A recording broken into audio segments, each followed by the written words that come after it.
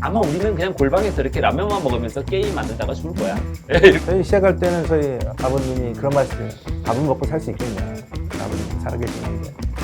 그리고 옛날에는 주로 애들이 하는 거다. 요즘에는 우리 장모님도 이제 이렇게 하트를 달라고 그러고 애니팡을 하고. 저는 일단 데브캣 다니고 있고요. 데브캣에서 그 아트앤테크시 실장을 맡고 있습니다. 경력은 여기 그 친구와 함께 30년 전쯤 그때부터 게임 개발을 시작해서 임진록 시리즈, 충무공전 임진록 시리즈, 그다음에 천년의 신화 그런 이제 RTS를 만들다가 거상, 군주, 아틀란티카 같은 온라인 게임 만들다가 영웅의 군단이라든가 그런 이제 모바일 게임 만들다가 저는 그 청강문화사업대학에서 7년 동안 교수로 있다가 지금 회사인 데브캣에서 일하고 있습니다. 저는 이 친구를 초등학교 때 봤어요.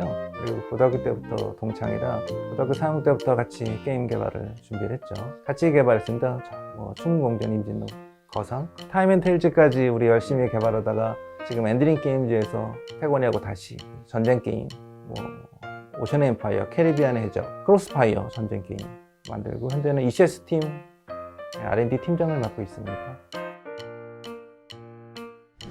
저는 순수하게 친구의 권유로 시작했어요. 30년 전에는 게임 개발이라는 직업 자체가 없었으니까요. 친구들이 프로그래밍을 좀 배워서 해보겠다. 그런데 그림을 그릴 사람이 없다. 그래가지고 저를 집에 데려갔네요. 그때 처음으로 컴퓨터로 그림을 그려봤어요. 윈도우도 아직 안 나왔을 시절이죠. 보스죠. 처음에 김태곤이라는 친구가 고등학교 때 게임을 만들어보자 라는 얘기를 처음 했을 때 아니 이게 외국 사람들이 만드는 거지 한국 사람이 만들 수 있는 거냐, 고등학생이 우리가 만들 수 있는 거냐라고 해서 그때부터 제가 사람을 알아봤던 것 같아요. 그림 그리는 친구가 옆에 누가 있지? 종필이. 음악을 하는 친구가 누구 있지? 형진이. 그래서 처음 만들어진 게 ACQ 팀이죠. 그때가 92년도 1992년도고니까요 아직 게임을 만든다는 직업을 아무도 몰랐을 때 시작을 했죠.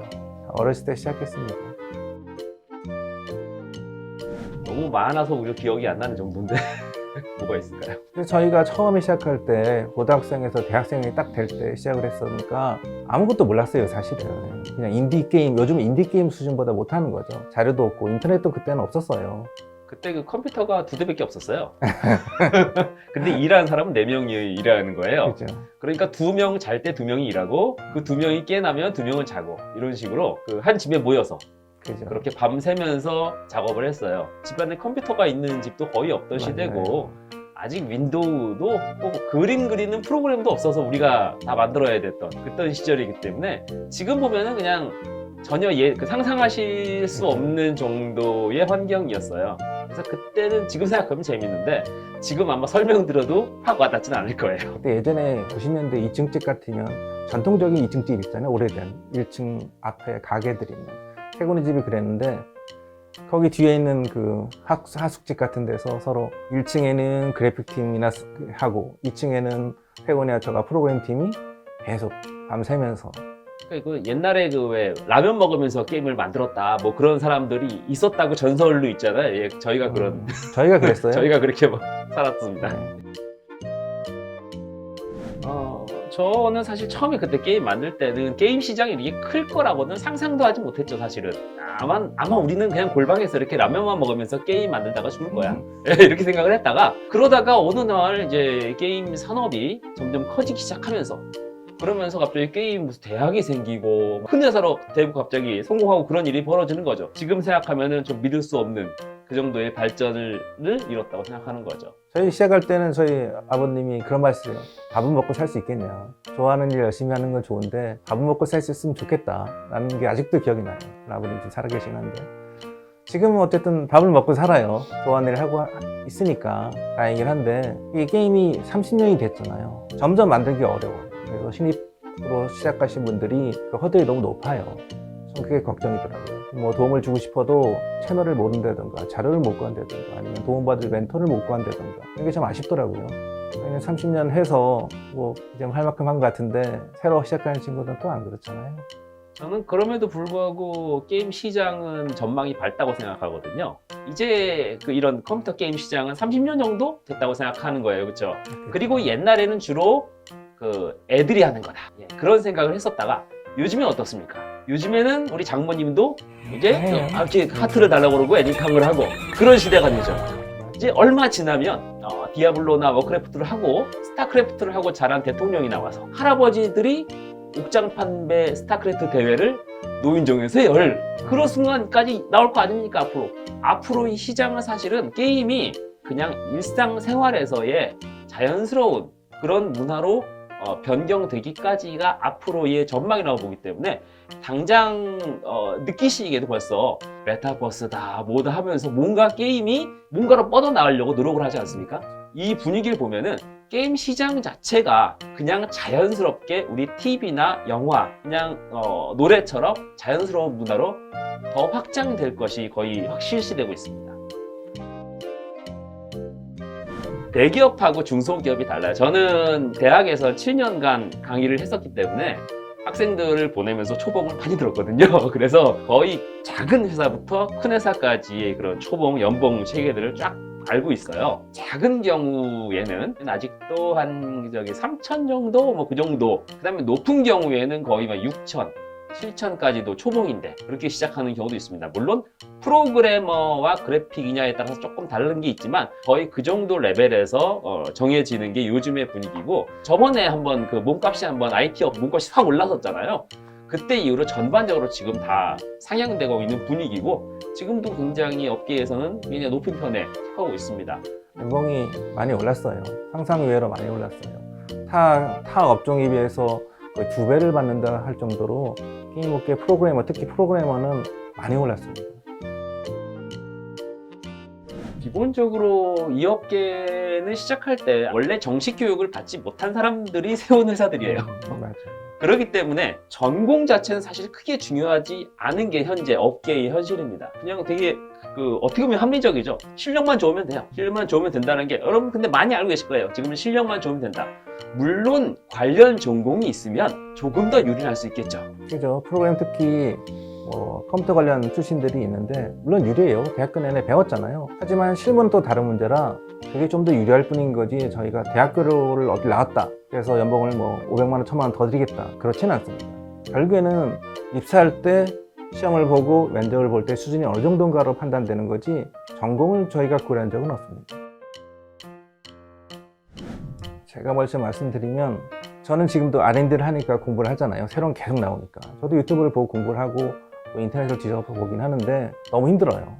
그래서 신입하시는 분한테 저희가 입사 기준이 학원 출신이 아니면 아예 뽑질 않아요. 면접까지도 오지 못할 거예요. 왜냐하면 지식수준이 너무 달라요. 독학하신 분들은 그 독학한 수준에서의 편협한 지식만 들고 오세요. 그럼 같이 일하기가 너무 힘들어요. 학원 출신이 아니면 저희는 사실은 이력서를 박지고 어렵죠. 그래픽 쪽 인력들은 독학한 사람들이 있을 수도 있어요. 독학이라고 해서 절대 안 되고 뭐 이런 건 없습니다. 아까 학교도 별로 상관없는데 사실은 뭐 독학이니 학원을 나왔는지 별로 그렇게 치진 않아요. 프로그램 좀 다를지 몰라도. 그런데 이제 저런 건 있죠. 제가 학생들한테 늘 얘기했던 건데 무엇을 잘 하려면 어떻게 해야 되느냐.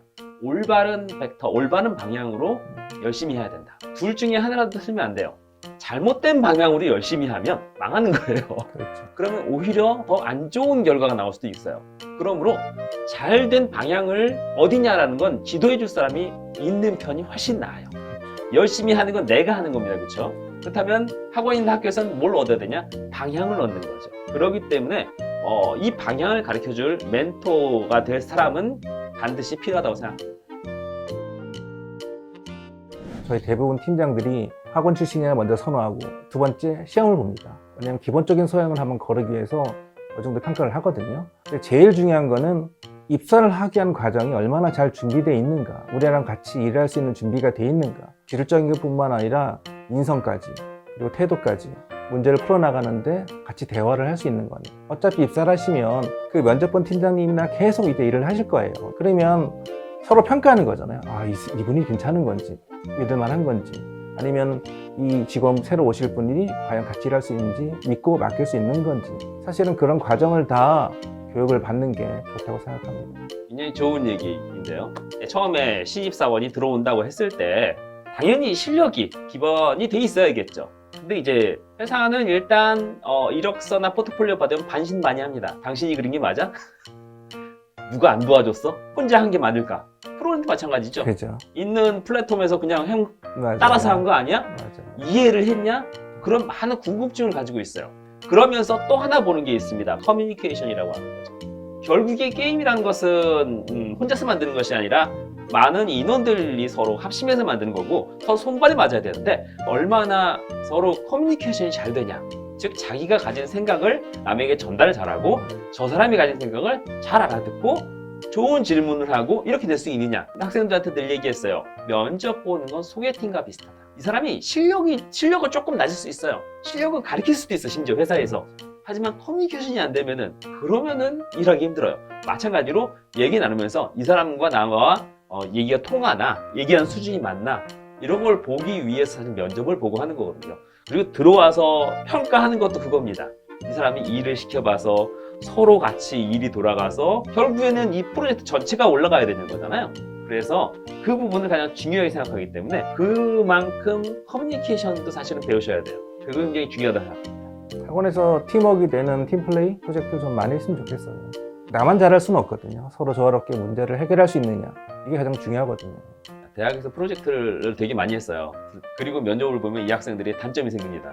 아, 프로젝트를 해보셨으니 어떠세요? 질문을 들으면은 보통 이제 신입은 저는 프로젝트를 너무 하고 좋았고 막 저는 활기 넘치고 이러고 나는데 프로젝트를 학교에서 너무 빡세게 시켜놨더니 한숨부터 쉬는 그 단점이 생겼어요. 근데 회사도 마찬가지예요.